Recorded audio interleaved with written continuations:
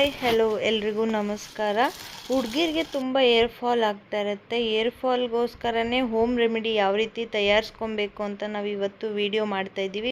ಜಾಸ್ತಿ hair fall ಆದರೆ ಯಾವ ರೀತಿ ಮನೆಮದ್ದನ್ನ ತಯಾರಿಸ್ಕೊಬೇಕು ಅಂತ ನಮ್ಮ ಅಜ್ಜಿ ನಮಗೆ ಹೇಳ್ಕೊಟ್ಟಿದ್ದು. ಸೊ ನೋಡೋಣ ಬನ್ನಿ.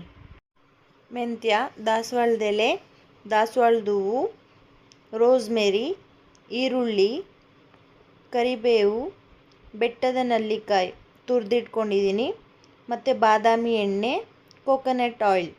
ಮೊದಲಿಗೆ ಒಂದು ಬಾಣಲಿ ತಗೊಂಡು ಅದಕ್ಕೆ ಕೋಕೋನಟ್ ಆಯಿಲ್ ಮತ್ತು ಬಾದಾಮಿ ಆಯಿಲ್ನ ಮಿಕ್ಸ್ ಮಾಡಿ ಇಟ್ಕೊಂಡಿದ್ದೀನಿ. ಅದನ್ನು ಕಾಯಿಸಬೇಕು. ಎರಡನ್ನೂ ಒಂದೇ ಸಮ ಪ್ರಮಾಣದಲ್ಲಿ ತಗೊಳ್ಳಿ. ಮೊದಲಿಗೆ ಮೆಂತ್ಯ, ನಂತರ ಹೂವು,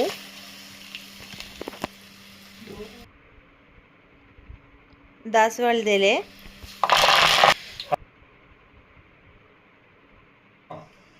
ಕರಿಬೇವಿನ ಸೊಪ್ಪು,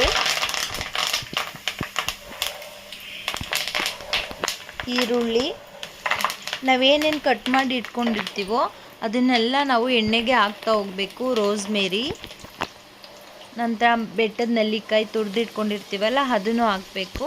ಅದು ನೊರೆ ಥರ ಬರ್ತಾ ಇರುತ್ತೆ. ಆ ನೊರೆ ಎಲ್ಲ ನಾವು ಚೆನ್ನಾಗಿ ಕಾಯಿಸಬೇಕು. ಅದು ಚೆನ್ನಾಗಿ ಕುದಿಯೋಕ್ಕೆ ಸ್ಟಾರ್ಟ್ ಆದಮೇಲೆ ಎಲ್ಲ ರಸ ಎಲ್ಲ ಬಿಟ್ಕೊಂಡ್ಮೇಲೆ ನಾವು ಎಣ್ಣೆನ ಆರಕ್ಕೆ ಇಡಬೇಕು. ನೀವು ನೋಡ್ತಾ ಇರ್ಬೋದು ಆಲ್ಮೋಸ್ಟ್ ನೊರೆ ಎಲ್ಲ ಒಂದು ಸ್ವಲ್ಪ ಕಡಿಮೆ ಆಗಿದೆ. ಈ ಸ್ವಲ್ಪನೂ ಇದೆಯಲ್ಲ ನೊರೆ, ಅದನ್ನು ಕಡಿಮೆ ಆಗೋವರೆಗೂ ನಾವು ವೆಯ್ಟ್ ಮಾಡಬೇಕು.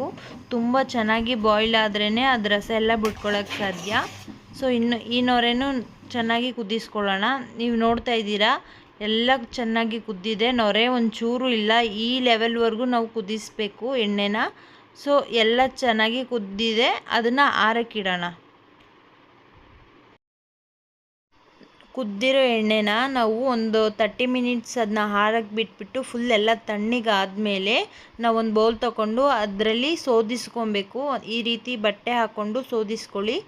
ಈ ರೀತಿ ನಾವು ಆಯಿಲ್ನ ರೆಡಿ ಮಾಡ್ಕೊಳ್ಳೋದ್ರಿಂದ ನಮ್ಮ ಕೂದಲು ಕೂಡ ಚೆನ್ನಾಗಿ ಬೆಳೆಯುತ್ತೆ, ಉದುರೋದು ಕಡಿಮೆ ಆಗುತ್ತೆ.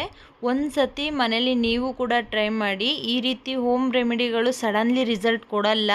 ನೀವು ಕಂಟಿನ್ಯೂಸ್ಲಿ ಅದನ್ನ ಅಪ್ಲೈ ಮಾಡ್ತಾ ಹೋಗಿ, ಆವಾಗೇ ನಿಮಗೆ ರಿಸಲ್ಟ್ ಗೊತ್ತಾಗುತ್ತೆ. ಚೆನ್ನಾಗಿ ಎಲ್ಲನೂ ಹಿಂಡ್ಕೊಳ್ಳಿ. ಬಟ್ಟೆಲಿ ಏನೇನಿದೆ ರಸ ಎಲ್ಲ ಚೆನ್ನಾಗಿ ಹಿಂಡ್ಕೊಬೇಕು.